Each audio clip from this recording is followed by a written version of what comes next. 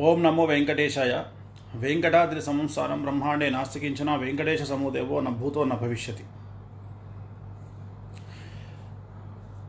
అందరూ క్వారంటైన్లో ఉన్నారు, సెల్ఫ్ క్వారంటైన్లో, లాక్డౌన్లో ఉన్నారు. సో మనం అందరం కూడా ఇంట్లో ఉండి మన కార్యక్రమాలను నిర్వహించుకుంటూ ఉన్నాం. ఇదేమీ దేశ సమాజ సేవ కాదు, మన కుటుంబానికి మనం చేసుకునే సేవ. మనల్ని మనం రక్షించుకోవడం, మనల్ని మనం కరోనా వైరస్ నుండి కాపాడుకోవడం కోసం మనం చేస్తూ ఉన్నాం. చాలామంది నన్ను అడుగుతూ ఉన్నారు, కరోనా వైరస్ ఎప్పుడు పోతుంది గురువుగారు అని. క్లియర్గా చెప్పదలుచుకున్న, భారతదేశంలో కరోనా వైరస్ అనేటువంటిది 2020 డిసెంబర్ 25 వరకు అయితే ఉంటుంది. అంటే ఈ సంవత్సరం డిసెంబర్ 25వ తేదీ వరకు కరోనా వైరస్ కేసులు భారతదేశంలో ఉంటాయి. అదేంటండి 2వ వారంలో వెళ్ళిపోతాయని చెప్పారు. నేను 2వ వారంలో వెళ్ళిపోతాయని చెప్పలేదు, తగ్గుతాయని చెప్పాను. మర్కజ్ ఘటన వలన 92% కేసెస్ పెరిగినాయి. సో భారతదేశంలో కరోనా వ్యాప్తి అనేటువంటిది పూర్తిగా, లేదా కరోనా వైరస్ లేకపోవడం అనేటువంటిది డిసెంబర్ 25, 2020 లోపు జరిగే అవకాశం లేదు. సో 2020 డిసెంబర్ 25వ తేదీ తర్వాత జరిగే అవకాశం ఉంది, తగ్గే అవకాశం ఉంది, అంటే పూర్తిగా కనుమరుగయ్యే అవకాశం ఉంది. అప్పటి వరకు ప్రపంచం నుండి కూడా ఈ వైరస్ పోదు. సో మిగతా దేశాల గురించి మనం తర్వాత మాట్లాడుకుందాం. ఇక కాలసర్ప దోషం అంటే ఏమిటి, అలాగే కుజదోషం అంటే ఏమిటి, కళత్ర దోషం అంటే ఏమిటి, పితృదోషం అంటే ఏమిటి, నాగదోషం అంటే ఏమిటి అనేటువంటి దాని గురించి క్లారిటీస్ ఇస్తా. మామూలుగా ఇది కుండలి అంటాం మనం, ఇది కుండలి. సో ఈ కుండలిని కనుక తీసుకున్నట్లయితే రాహు కేతు మధ్యన మిగిలినటువంటి గ్రహాలన్నీ బంధింపబడి ఉంటే దాన్ని కాలసర్పదోషం అంటాం. సో రాహు కేతు మధ్యన మిగిలిన గ్రహాలు బంధింపబడి ఉన్నాయి. ఇక్కడ చూడండి, పైన రాహు లగ్నంలో ఉన్నాడు, కింద కేతు ఉన్నాడు. మేషం, వృషభం, మిథునం, కర్కాటకం, సింహం, కన్య, తుల. మేషంలో రాహు ఉంటే తులాలో కేతు ఉన్నాడు. సో మధ్యన మిగిలిన గ్రహాలన్నీ బంధింపబడి ఉన్నాయి. దీన్ని కాలసర్పదోషం అంటాం. అలాగే లగ్నంలో రాహు, లగ్నంలో కేతు ఉన్న కాలసర్పదోషం అవుతుంది. అలాగే 7వ స్థానంలో రాహు కేతువుల్లో ఎవరున్నా లగ్నం ఉంటే దాన్ని కాలసర్పదోషం అంటారు. అలాగే 5వ స్థానం, 9వ స్థానంలో రాహుకేతువులు ఉంటే దాన్ని కాలసర్పదోషం అంటారు. సో జాతకరీత్యా కాలసర్పదోషం వేరు, కుజదోషం వేరు, కళత్రదోషం వేరు, నాగదోషం వేరు, పితృదోషం వేరు. మామూలుగా ఇక్కడ ఒక విషయాన్ని చెప్పాలి. కాళ అని అంటాం కానీ అది కాళ కాదు, కాల. కాలసర్పదోషం. కాలము అంటే సమయము, కాలము అంటే సమయము. కాలానికి పట్టినటువంటి దోషం, కాలానికి పట్టినటువంటి దోషం అంటే దాన్ని కాలసర్పదోషం అంటాం. సర్పదోషం అంటే 2 రకాలుగా ఉంటుంది. కాలసర్పదోషంలో 2 దోషాలు ఉంటాయి. ఒకటి కాలదోషం, 2 సర్పదోషం.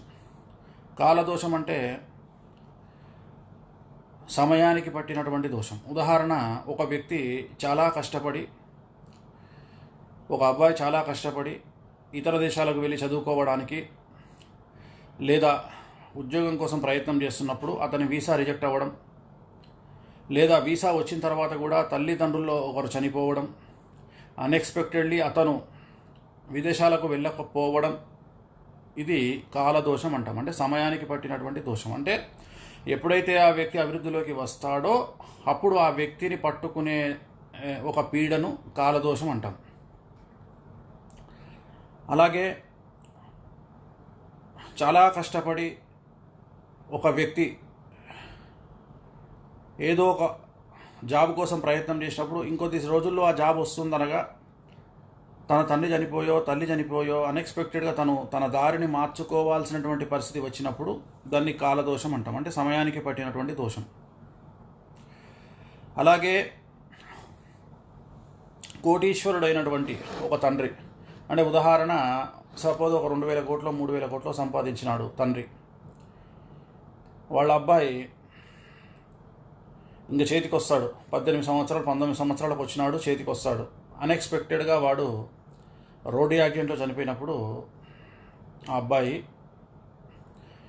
దాన్ని కాలదోషం అంటాం. అంటే సమయానికి పట్టినటువంటి దోషం. అంటే ఆ వ్యక్తి సంపాదించినటువంటి డబ్బును అనుభవించకుండా ఆ వ్యక్తి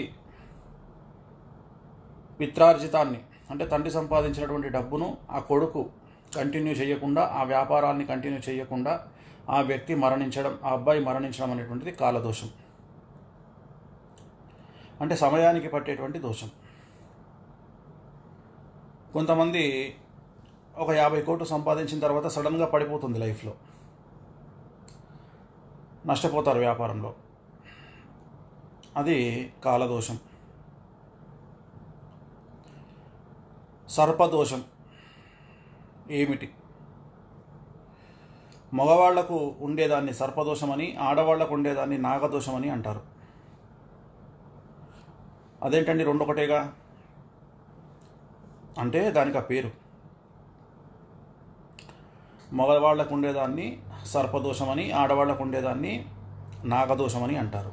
ఆడవాళ్ళకి నాగదోషం అంటే ఏమవుతుంది అంటే ఎక్కువగా అబార్షన్లు అవుతాయి.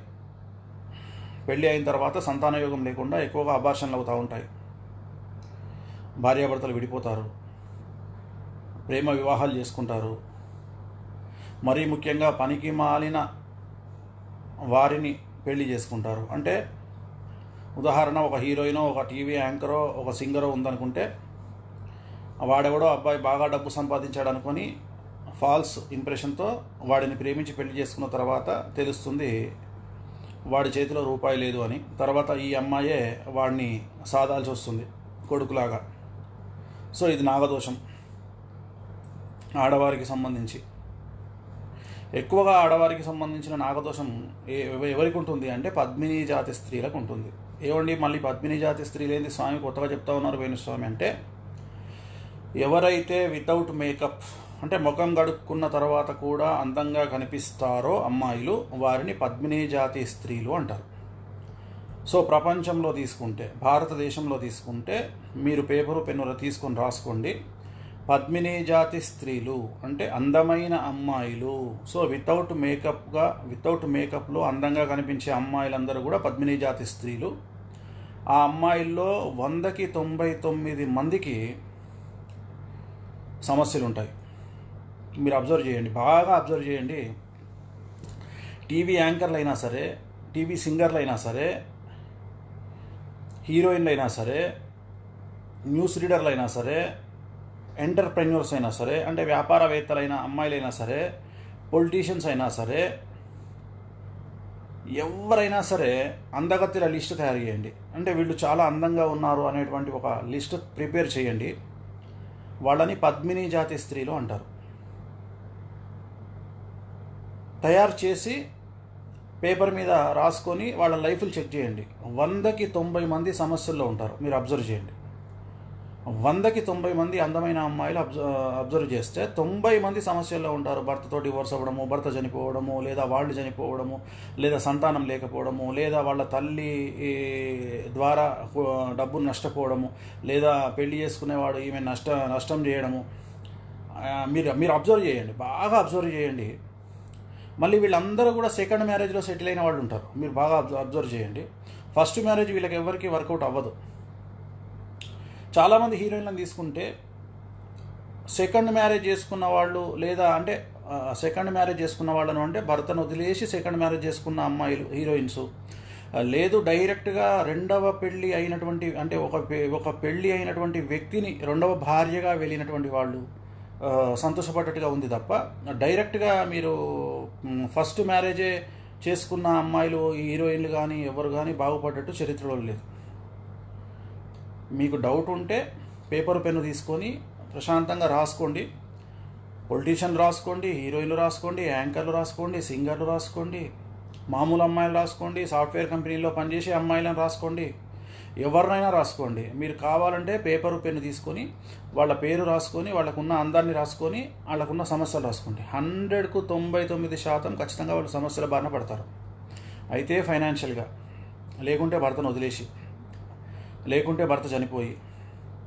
సో దీన్ని మనం ఈ దోషం అనేటువంటిది నాగదోషం అనుకున్నాం కదా, ఆ నాగదోషం అనేది పద్మిని జాతి స్త్రీలకు ఎక్కువగా ఉంటుంది. కారణం ఇంద్రుడు వారికి ఇచ్చినటువంటి శాపం. ఇంద్రుడు ఎందుకు శాపం ఇచ్చినాడు ఏమని అంటే, పద్మిని జాతి స్త్రీలు ఎవరైతే ఉంటారో వాళ్ళు నాగదోషం బారిన పడి సమస్యల్ని అనుభవించండి అని చెప్పినాడు. అలాగే మరి కాలసర్పదోషం ఎక్కడి నుండి వచ్చింది గురువు గారు అంటే, దీనికి ఒక కథ ఉంది చిన్నది.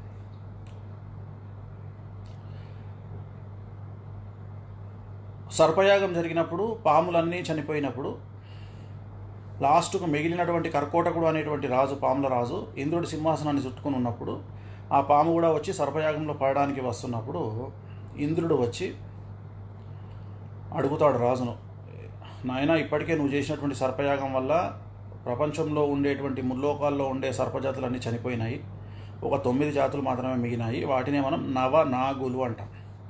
మరి ఏంటి పరిస్థితి, ఇలా చేయడం తప్పు కదా అంటే, అప్పుడు ఆ రాజు అంటాడు, మా తండ్రిని పాము చంపింది కాబట్టి నేను సర్పయాగాన్ని చేసినాను అంటే, సరే మీ తండ్రి కూడా తప్పు చేసినాడు, చనిపోయినటువంటి ఒక పాముని తీసుకెళ్లి ఋషి మెడలో వేసినాడు, అందువల్ల మీ నాన్నగారు చనిపోవడం జరిగింది పాము కాటికి, సరే అయిపోయింది ఏదో అయిపోయింది అని చెప్పి అక్కడ దోష నివారణకు శాప విమోచనం ఇచ్చి, అప్పుడు పాములు అడుగుతాయి ఇంద్రుడిని, స్వామి బాగానే ఉంది, మరి మా పరిస్థితి ఏమిటి, మా ప్రపంచంలో ముల్లోకాల్లో ఉన్న సర్పజాతి మొత్తం చనిపోయింది, మరి మా పరిస్థితి ఏమిటి అన్నప్పుడు ఇంద్రుడు ఇస్తాడు ఏమని అంటే, సర్పజాతి మొత్తం నాశనమైంది కాబట్టి సర్పయాగంలో మానవులకు ఎప్పుడైతే డబ్బు అధికంగా వస్తుందో, మానవులు ఎప్పుడైతే డబ్బును అధికంగా సంపాదిస్తారో, ఎక్కడైతే అమ్మాయిలు ఎక్కువగా డబ్బు సంపాదిస్తారో, ఎప్పుడైతే ఎక్కువగా అమ్మాయిలు డబ్బు సంపాదిస్తారో, అప్పుడు కలియుగంలో మానవులను కాలసర్ప దోష రూపములో వాళ్లను పట్టి పీడించండి అని ఒక వరాన్ని ఇస్తాడు. కాలసర్ప దోషం రూపంలో పట్టి పీడించండి అని వరాన్ని ఇస్తాడు. అప్పుడు అక్కడ ఉన్నటువంటి ఋషి కుమారుడు అడుగుతాడు, స్వామి మరి కాలసర్పదోష రూపంలో ఉన్నప్పుడు మేము ఎలా దాన్ని గుర్తించాలి, మాకు కాలసర్పదోషం పట్టింది లేనిది ఎలా తెలుస్తుంది అన్నప్పుడు ఇప్పుడు నేను చెప్పినటువంటి కొన్ని వివరాలు ఇస్తాడు ఇంద్రుడు. ఏమని, రాహు కేతువుల మధ్యలో అన్ని గ్రహాలు బంధింపబడి ఉంటే దాన్ని సవ్యకాల సర్పదోషం, కేతు రాహు మధ్యలో మిగిలినటువంటి గ్రహాలన్నీ బంధి ఉంటే దాన్ని అపసవ్యకాల సర్పదోషం. అట్లా ఒక 10-12 రకాల కాల దోషాలు ఉన్నాయి. కర్కోటక నాగదోషం, గుళిక నాగదోషం, హేమ నాగదోషం, సుందర నాగదోషం, ఇలా రకరకాల నాగదోషాలు ఉన్నాయి. దాన్ని సర్పదోషాలు, కాలసర్పదోషం అంటారు. సో చాలామంది పండితులు ఏం చేస్తారంటే, కాలసర్పదోషం లేదు, దేశానికే ఉంటుంది, మనుషులకు ఉండదు అని చెప్తారు. సో అది వాళ్ళ వ్యక్తిగతమైనటువంటి విషయం, దాని జోలికి మనం వెళ్ళొద్దు. మనం మటుకు కాలసర్పదోషం ఉంటుంది మనుషులకు అనుకుందాం, మనుషులతో పాటు దేశాలకు కూడా కాలసర్పదోషం ఉంటుంది. ప్రస్తుతం ఈ సంవత్సరం కనుక తీసుకున్నట్లయితే కాలసర్పదోషం నడుస్తూ ఉంది. ఈ సంవత్సరం గత 200 సంవత్సరాల నుండి లేనటువంటి కాలసర్పదోషం వచ్చింది కాబట్టి ప్రపంచాన్ని పట్టి పీడిస్తూ ఉంది. ప్రపంచంలో మనము భాగమే, ఆ విషయాన్ని గుర్తించాలి మనం. ఇప్పుడు ఏదో ఒక భారతదేశానికో, చైనాకో, లేకపోతే సౌత్ ఆఫ్రికాకో, నైజీరియాకో, లేకపోతే దుబాయ్కో, ఇరాన్కో, ఇరాక్కో, అమెరికాకో ఒకటి పట్టి పీడిస్తోంది అంటే అది ప్రత్యేకమైనటువంటి జాతకపరమైనటువంటి విశ్లేషణ. కానీ ప్రపంచాన్నే పట్టి పీడిస్తూ ఉంది సమస్య అంటే ఇది ప్రస్తుతం ప్రపంచానికి పట్టినటువంటి కాలసర్పదోషం. సో దీంట్లో ప్రపంచంలో మనము భాగమే. ఏమండి మరి అందరు అనుభవిస్తారా అంటే, ఎగ్జాక్ట్లీ ఏ దేశానికైతే కాలసర్పదోషం ఎక్కువగా ఉంటుందో ఆ దేశానికి తీవ్రత ఎక్కువగా ఉంటుంది. ఉదాహరణ, అమెరికా దేశానికి కాలసర్పదోషం ఎక్కువగా ఉంది. మనం ఇందాక మాట్లాడుకున్నాం, ఏమని మాట్లాడుకున్నాం, ఇంద్రుడు ఇచ్చినటువంటి శాపం ఏమిటి అంటే, ఎప్పుడైతే అమ్మాయిలు డబ్బు ఎక్కువగా సంపాదిస్తారో, ఎప్పుడైతే ఎక్కువగా జనాలు డబ్బు సంపాదిస్తారో. సో మీకు ఒక విషయాన్ని బాగా క్లియర్గా చెప్తా ఉన్నా, చాలా వరకు ప్రపంచ దేశాలలో ఇవాళ కరోనా వైరస్ బారిన పడ్డటువంటి దేశాలన్నీ కూడా మేజర్ కరెన్సీ కంట్రీస్, అంటే యూరోసు, పాండ్స్, పౌండు, యూరో, డాలరు, అంటే విపరీతంగా డబ్బు విలువ, మారకం విలువ ఉన్నటువంటి దేశాలు అన్నీ కూడా కరోనా వైరస్ వల్ల సఫర్ అవుతూ ఉన్నాయి.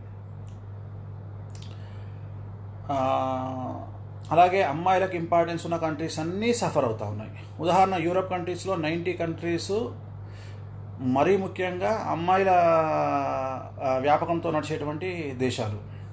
అమెరికా అవ్వచ్చు, న్యూజిలాండ్ అవ్వచ్చు, థాయిలాండ్ అవ్వచ్చు, దుబాయ్ అవ్వచ్చు, యూరప్ కంట్రీస్ జర్మనీ అవ్వచ్చు, యూకే అవ్వచ్చు, ఇవన్నీ విలాసవంతమైన దేశాలు.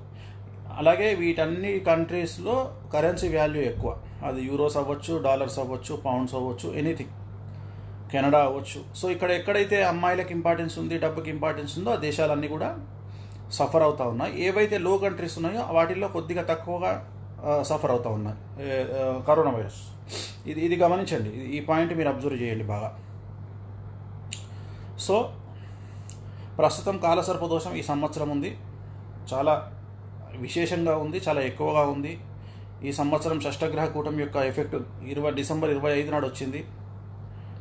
సో దాని తీవ్రత ఈ సంవత్సరం డిసెంబర్ 25 వరకు ఉంటుంది. సో అందువల్లే భారతదేశంలో డిసెంబర్ 25, 2020 వరకు కరోనా వైరస్ కంటిన్యూగా ఉండే అవకాశం ఉంది, అక్కడక్కడ ఉండే అవకాశం ఉంది.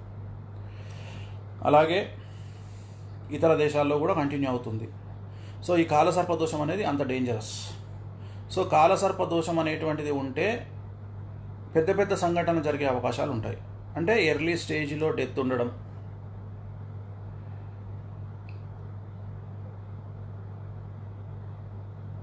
మంచి ప్రశ్న. నేను పేరు మిస్ అయ్యాను, ఎవరో అడిగినారు.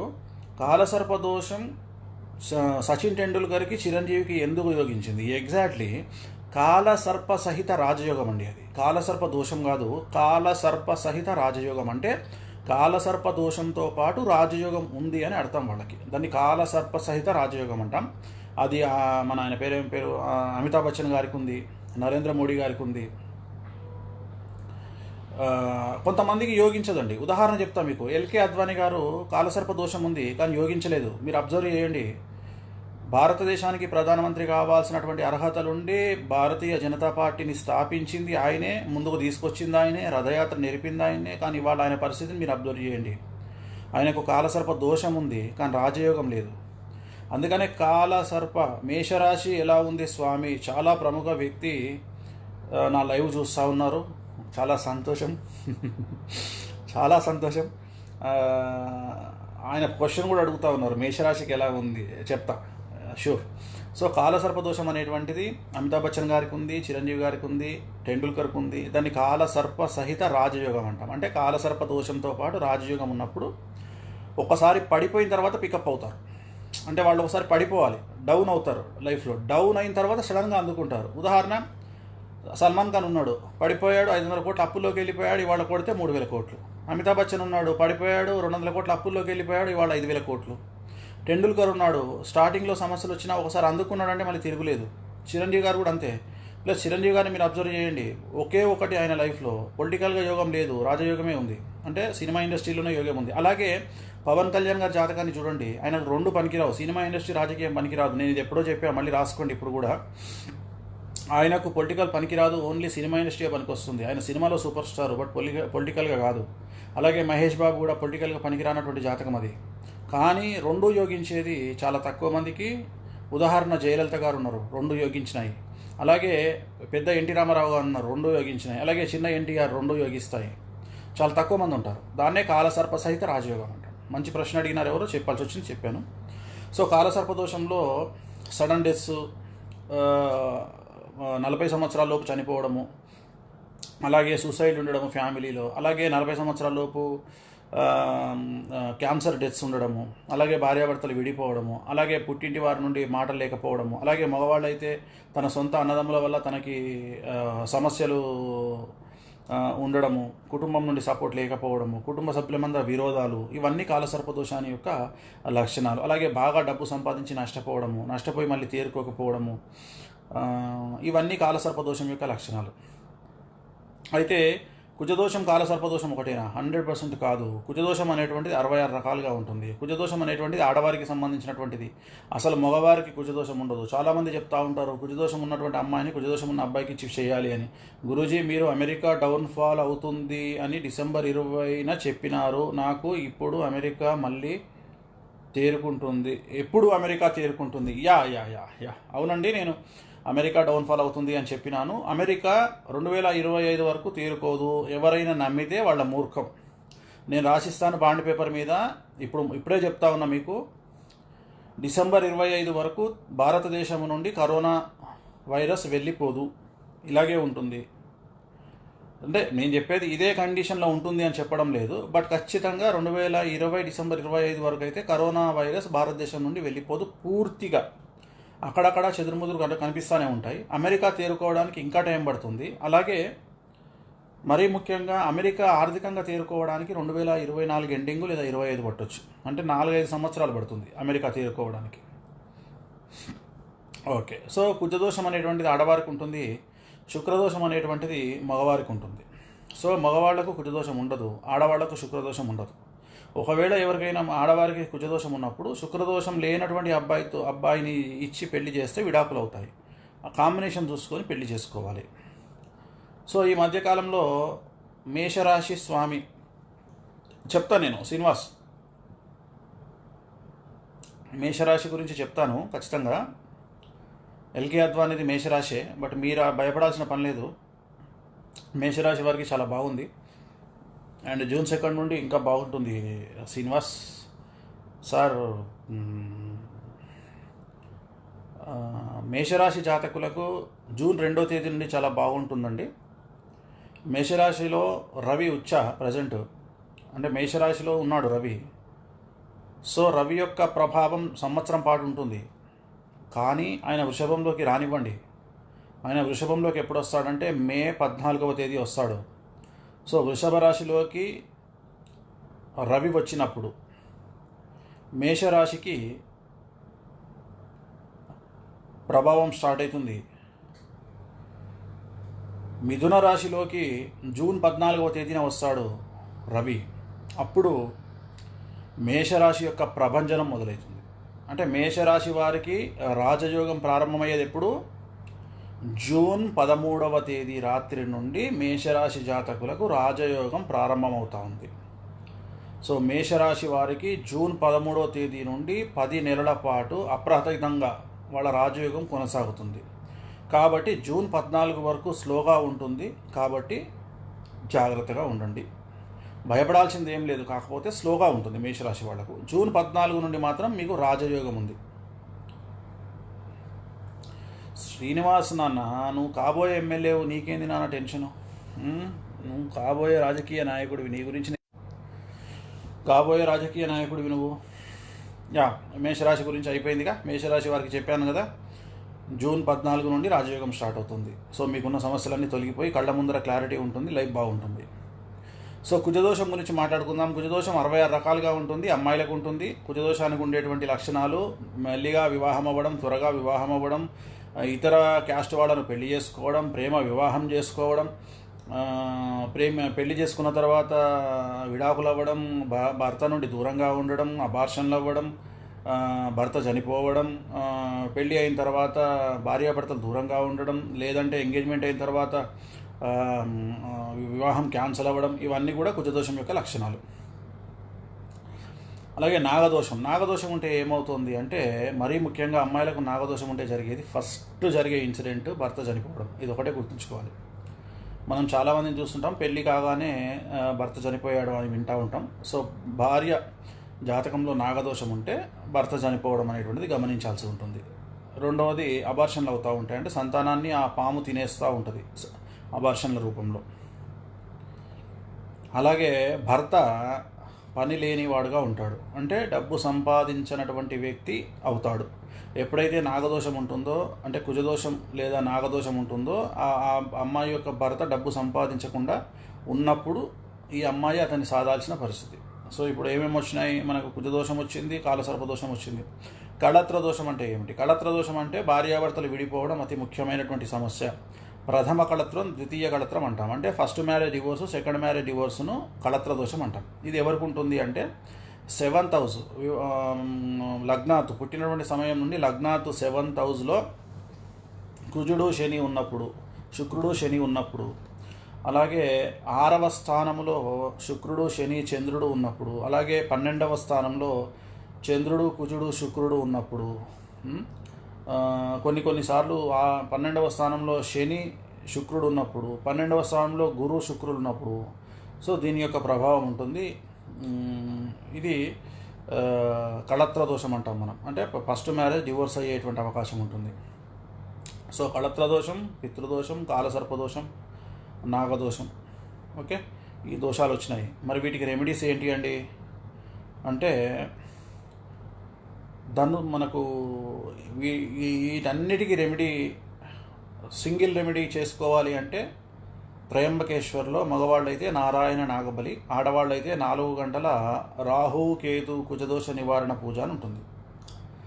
ఆడవాళ్ళైతే పెళ్లి కాని ఆడవాళ్ళైతే 4 గంటల పూజ, పెళ్లి కాని మగవాళ్ళైతే నారాయణ నాగబలి. అలాగే పెళ్ళి అయిన అమ్మాయిలు, పెళ్ళైన అబ్బాయిలు అయితే నారాయణ నాగబలికి పర్మిషన్ ఉంది.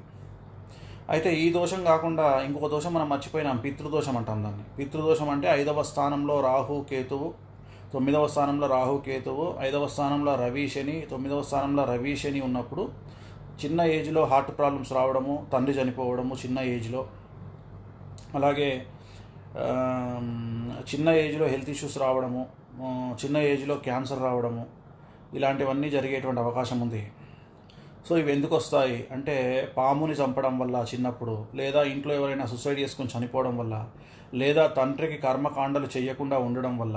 చాలామందికి ఫ్యాషన్ అయిపోయింది, అమెరికాలో ఉంటారు, ఇక్కడ తండ్రి చనిపోతాడు, తండ్రికి నాకు వీలు కాదండి, లీవ్ దొరకదండి, మీరే చేసేయండి అని చెప్పి చెప్తారు, ఇక్కడ కర్మకాండ. సో అలాంటి వారు పితృదోషం బారిన పడతారు, వాళ్ళకు సంతానం ఉండదు, అలాగే వాళ్ళ జీవితంలో కూడా తలకొరివి పెట్టడానికి కొడుకులు ఉండరు. సో ఇది పితృదోషం యొక్క లక్షణాలు.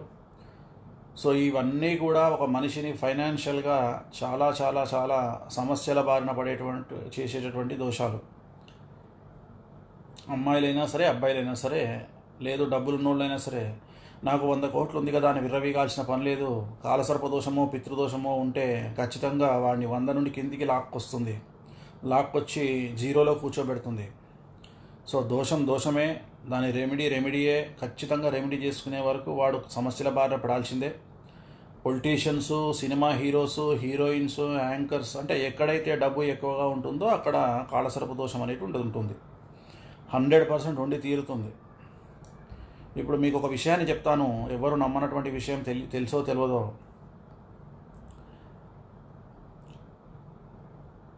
అంబానీని కనుక తీసుకున్నట్లయితే, రిలయన్స్ అంబానీని కనుక తీసుకుంటే, గత 10 రోజుల్లో ఆయన కోల్పోయిన సొమ్ము 1,30,000 కోట్లు. 1,30,000 కోట్లు ఆయన డబ్బు ఆవిరైపోయింది షేర్ మార్కెట్లో. మీరు నమ్ముతారా?